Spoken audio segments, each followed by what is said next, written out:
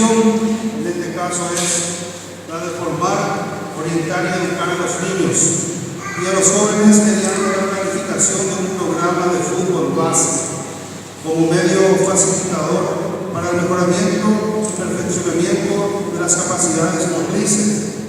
básicas mediante procesos pedagógicos, técnicos, físicos, teóricos, psicológicos y tácticos que conlleven a todos los participantes a incorporarse progresivamente al fútbol. Realmente alentarle un poco a los padres,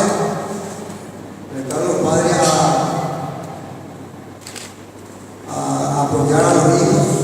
a ayudar a los hijos, de que esto tiene que seguir, que el deporte es lo más lindo para realmente dejar de lado las otras cosas malas. Creo que todavía no llegó aquí, pero nosotros en la Asunción estamos ya estamos pasando por un momento